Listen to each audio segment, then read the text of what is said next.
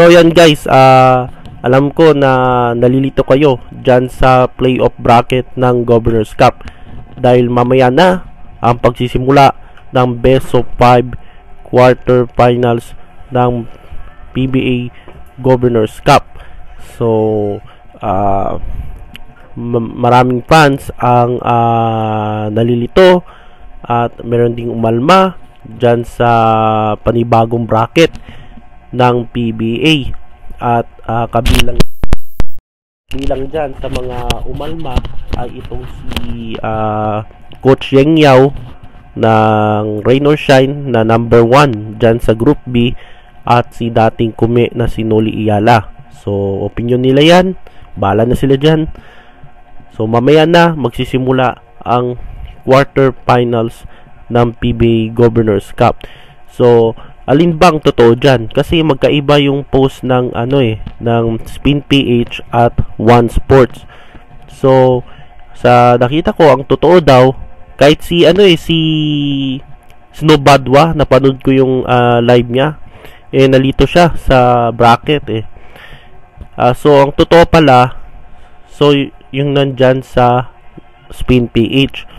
Kasi yung pinost ko nung nakaraang nung Lunes ng gabi ay yung after ng Blackwater versus Rain or Shine game, nagpost ako ng video sa YouTube. Ang nilagay ko na playoff bracket ay nandun sa Wikipedia. So yan yung totoo, yung nasa Spin PH at sa Wikipedia, na yung number 1 sa bracket ang posible yung top 2 teams sa Group A at sa Group B, yung TNT at yung Rain or Shine, posible maglaban sila sa semifinals.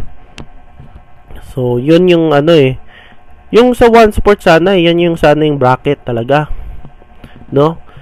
Kasi sa nakikita ko sa post ng One Sports, posible sa finals maglalaban yung MVP teams versus independent teams. So di nangyari yun. So yun yung nasa Spin PH yung totoo dyan. So ang dalawang top 2 seeds ay nasa isang bracket, at sa kabilang bracket naman yung mga MVP teams. So yung Ginebra makakalaban ang NLEX na MVP team, at yung isa naman Meralco, Ginebra versus Meralco. So matinding laban yan. At saka yung SMB laban sa Converge. So yung Converge malakas din yan, no? Di basta-basta yan. So yun sana, no, yung nasa One Sports, no, yung totoong bracket, yung A, yung Group A, no. Pero ganun, wala tayong magagawa dyan Sa ngayon, mukhang problemado yung tatlong SMC teams ngayon sa nakikita ko Una dyan yung Magnolia, maraming injured na mga players. At yung import, hindi pa natin sure kung itong si Shabazz, no, na maglalaro dyan sa quarterfinal. So abangan natin kung maglalaro ba siya o palitan siya. Sa panig naman ng SMB, di pa natin alam kung anong nangyari doon sa kanilang import. At pero nandyan pa rin yung yung abay, no, sa SMB. At dapat mag step up na sana dyan sila Marcio, dyan sila Terence Romeo, at saka yung mga bench ng SMB. Di dapat iasa dyan kay CJ, kasi Converge, di basta-basta yan, malakas na team yan. Paano na lang kung nandyan na sila sila Baltasar, no?